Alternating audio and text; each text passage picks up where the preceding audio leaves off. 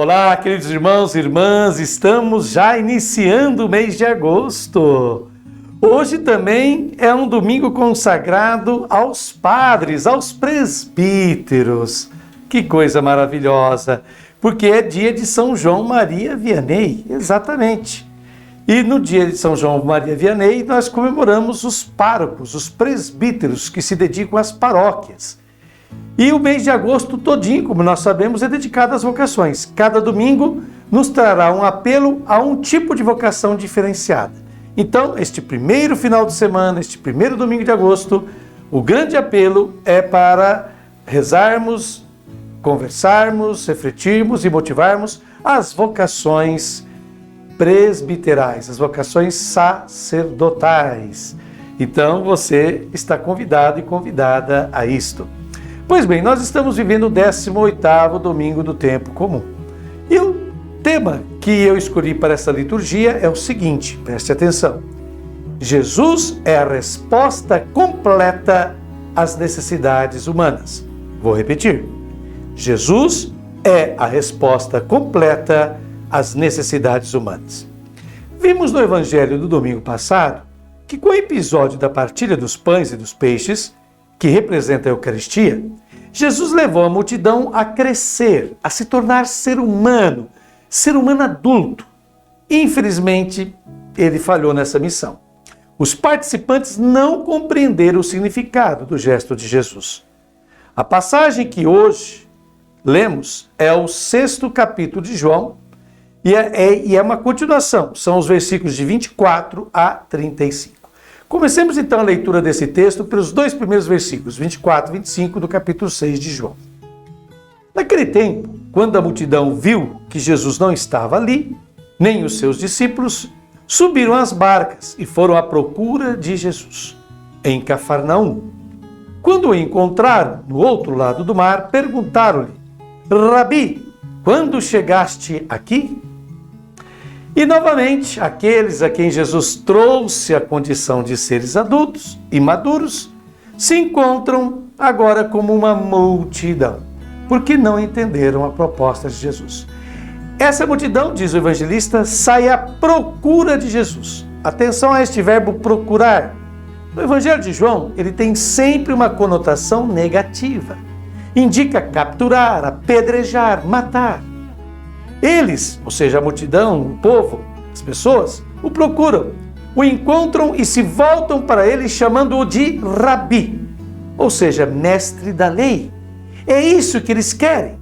Jesus queria libertá-los, eles querem se submeter ao mestre da lei. Vejam vocês. Prossigamos, lendo agora os versículos de 26 a 27. Jesus respondeu: em verdade eu vos digo, estáis me procurando, não porque vistes sinais, mas porque comestes pão e ficastes satisfeitos. Esforçai-vos, não pelo alimento que se perde, mas pelo alimento que permanece até a vida eterna, e que o Filho do Homem vos dará. Pois este é quem o Pai marcou com seu selo. Pois bem, Jesus respondeu, e a afirmação dele é precedida de uma declaração solene. Em verdade eu vos digo.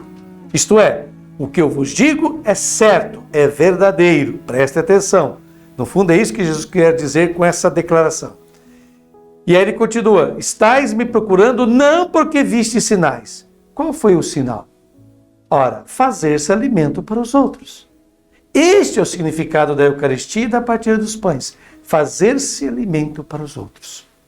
E prossegue o Evangelho: mas porque comestes, isto é, por causa do alimento em si mesmo, pão e ficastes satisfeitos. Então o povo está satisfeito com o pão em si mesmo. Portanto, Jesus os convidou a fazerem-se pão para os outros.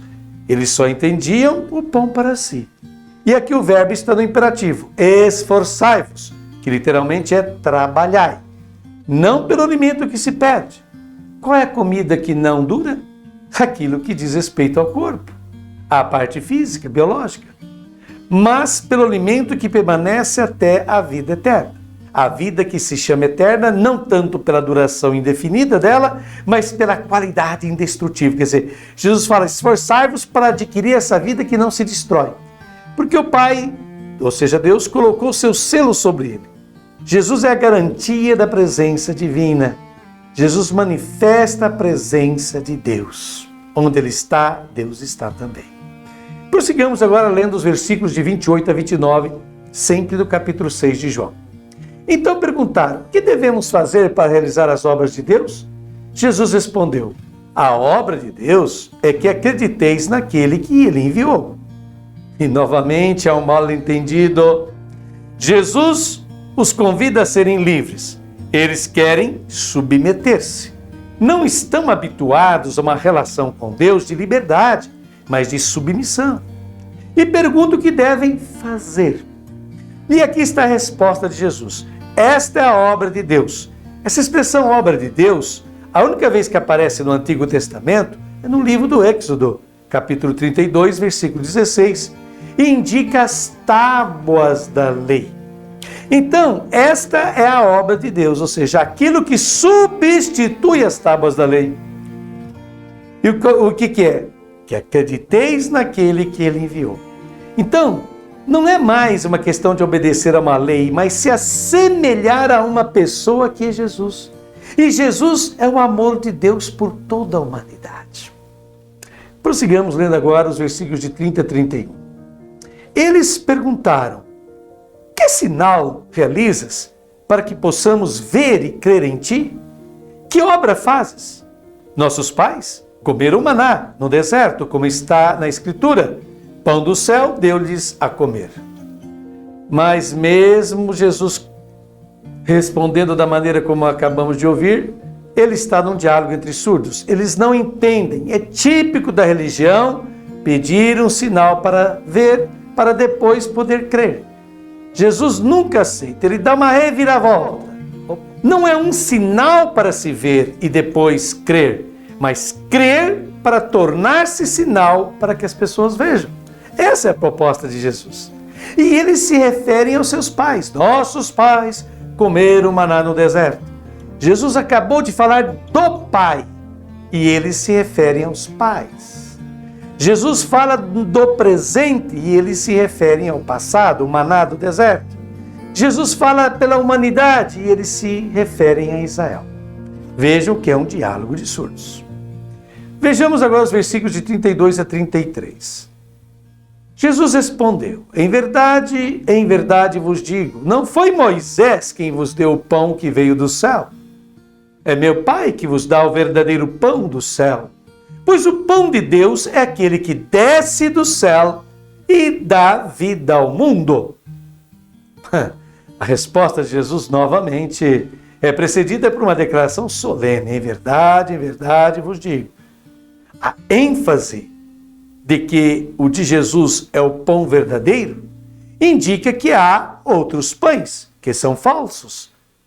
E se o outro pão é falso, não pode transmitir vida, mas apenas comunicar a morte.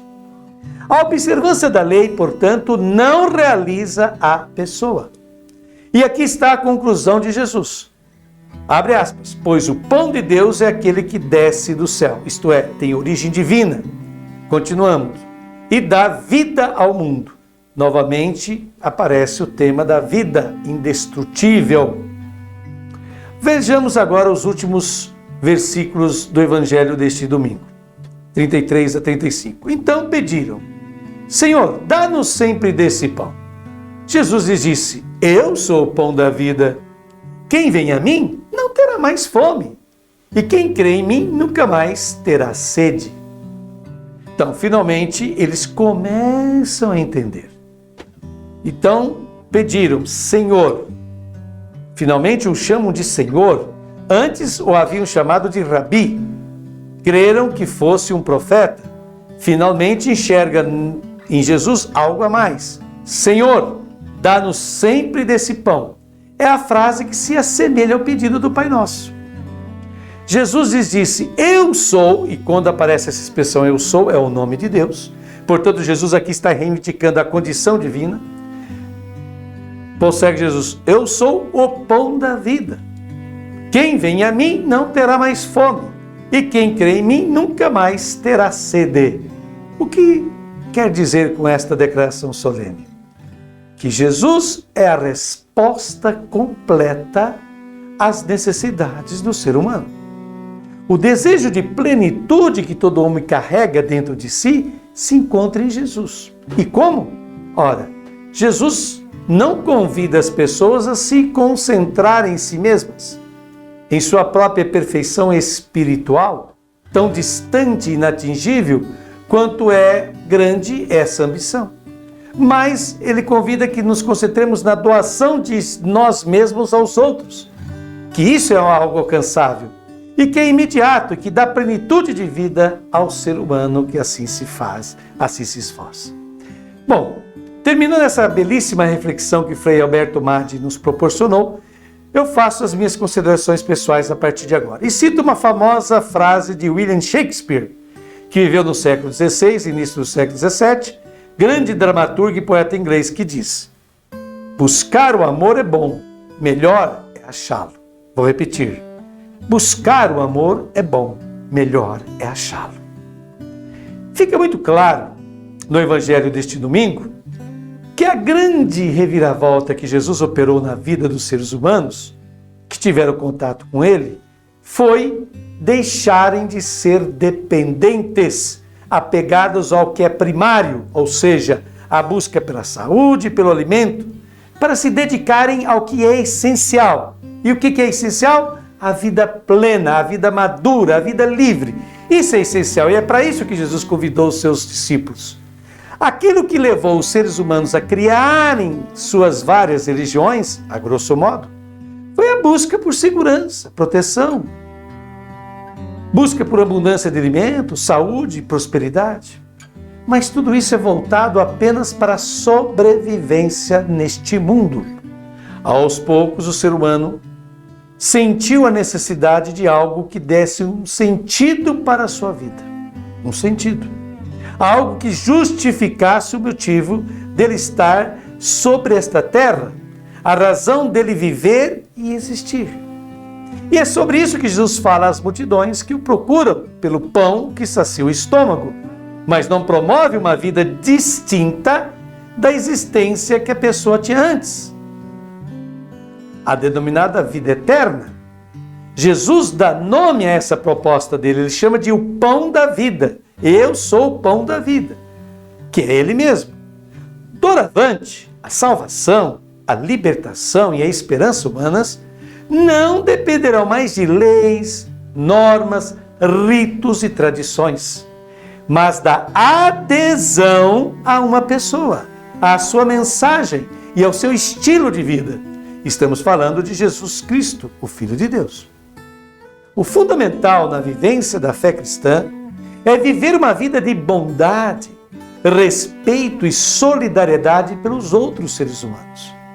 Pois, como observa muito bem o teólogo espanhol José María Castillo, abre aspas, quando esse é o tipo de vida que se impõe, resolve-se não somente o problema da fome, mas tantos outros problemas humanos que nos tornam desgraçados, ou, se resolvem, fazem-nos felizes.